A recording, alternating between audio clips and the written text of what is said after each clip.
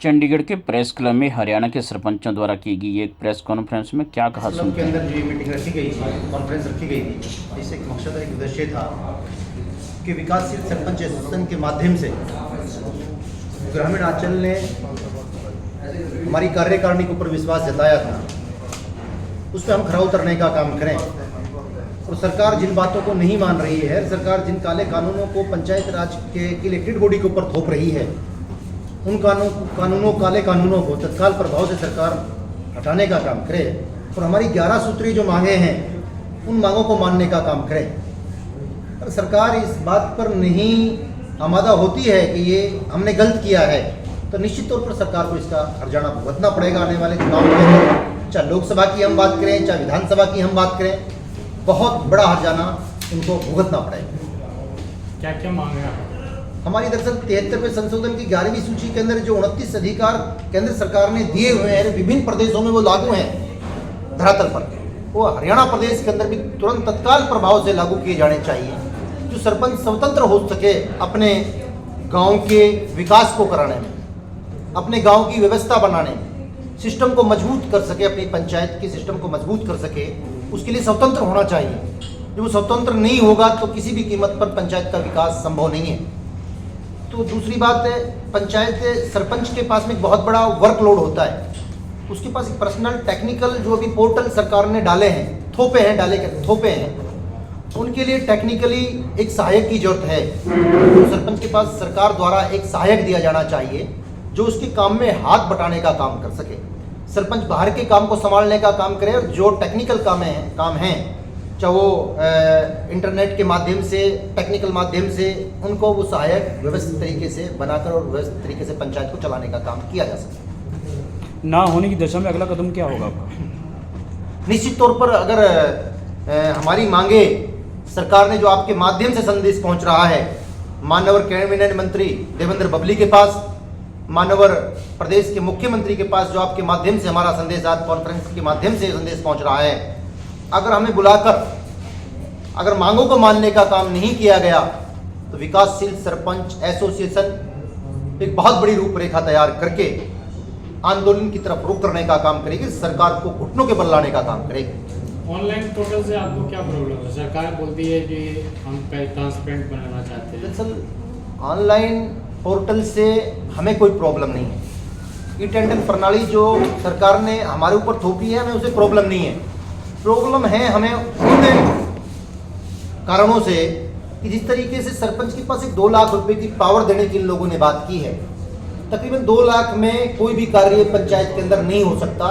ये आधुनिक युग है, इसके अंदर 2 लाख से नहीं लगता कि कोई कार्य हो सकता होगा।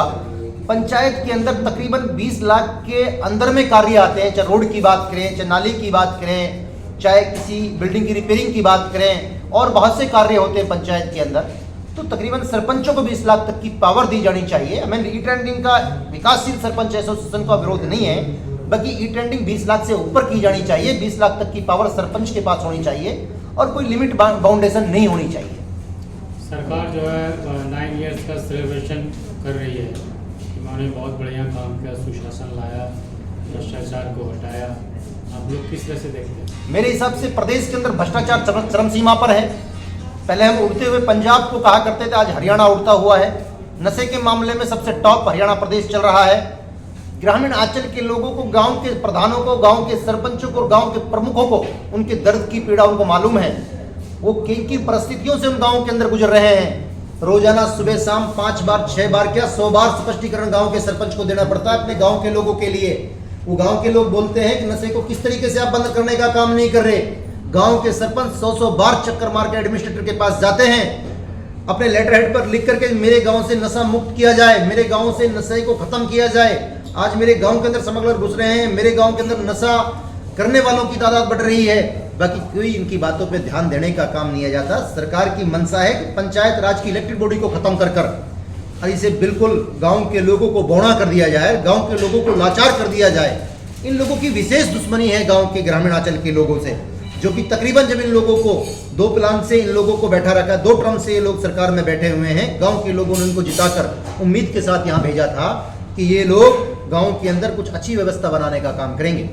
एक साल हो गया आप लोगों का टेन्योर, आप लोग क्या क्या काम कर पाए और क्या क्या कठिनाई हुई? दरअसल सच्ची बात है, सरकार जो 9 साल का जश्न मना रही है वो तो इस बात का जश्न मना रही है कि हमने जो पंचायतों के ऊपर काले कानून थोपे हैं, जिनकी मूंछों को मरोड़ने का काम किया है, इन चौधरियों को पगड़ी को हमने ठोकर मारने का काम किया है, हमने इनके स्वाभिमान को चोट पहुंचाने की जो बात की है, हमने इन लोगों को पहले तो इनका चंडीगढ़ और पंचकुला हरियाणा और चंडीगढ़ बॉर्डर के ऊपर जो लाठियों से, पानी की बौछारों से और इन लोगों को भगा भगा कर पीटने का जो काम किया था, सरकार उसका जश्न मनाने का काम कर रही है। और गांव के प्रधान, गांव के प्रमुख चिंतित इस बात को लेकर के कि हमारे गांव के विकास रुके हुए हैं, किस तरीके से गांव के विकास संभव हो सकते हैं, किस तरीके से हम गांव को विकास की ओर ले जा सकते हैं, वो सरकार अपना जश्न मनाने का काम कर रही है। और गांव के सरपंच इस बात को लेकर चिंतित हैं कि गांव के विकास को गति किस प्रकार से दी जा सकती है।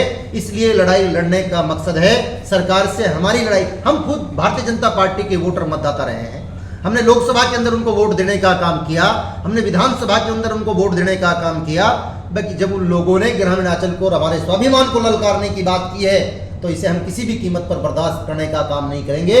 ईंट का जवाब पत्थर से देना जानते हैं, हम स्वाभिमानी लोग हैं। जब हम खेत के अंदर अनाज उगाकर इस देश को खिलाना जानते हैं, हम इस देश का पालन पोषण करना जानते हैं, हम बॉर्डरों पर लड़ना जानते हैं, तो हम इस सरकार से भी लड़ना जानते हैं, बखूबी जानते हैं। हम लोग इन लोगों को हम जिताकर यहाँ भेजते हैं, ये लोग हमें गाँव में जाकर जिताने का काम नहीं करते।